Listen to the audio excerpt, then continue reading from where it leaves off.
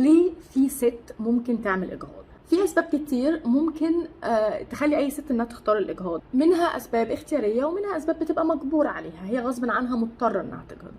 في ناس على سبيل المثال ما بيكونش عندهم القدره الماليه ان هم يبقى عندهم طفل، مش هيقدروا يصرفوا عليه. في ستات تانية بتضطر انها تجهض علشان حملت في ظروف غير مقبوله اجتماعيا، ولو استمرت في الحمل ممكن تتقتل او تموت وتفقد حياتها، فبالتالي الاجهاض بالنسبه لها هو الاختيار الامثل عشان تحافظ على حياتها.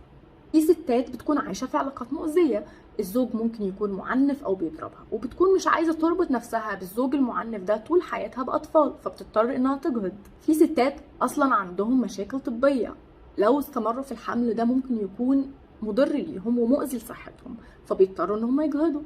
وطبعا في ناس عندهم اطفال بالفعل، هم شايفين ان عندهم كفايه ومش عايزين اطفال تاني او مش هيقدروا يعتنوا باطفال تاني.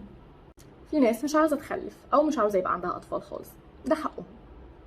المهم انه ايا كان السبب ورا قرار الاجهاض فهو يرجع للست نفسها، وما حدش ليه ان هو يتدخل فيه، وهي مش محتاجه انها تبرره لحد.